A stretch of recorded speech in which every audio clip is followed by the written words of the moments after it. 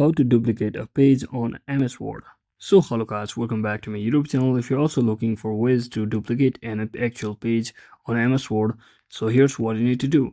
So first thing, just open up your MS Word and let me just quickly show you from an example. That is, whenever you are on your Microsoft PowerPoint, currently I'm on Microsoft PowerPoint, so you can basically just right click on any of the page and just click on this new slide, or just click on this duplicate slide to actually duplicate a page on your Microsoft PowerPoint.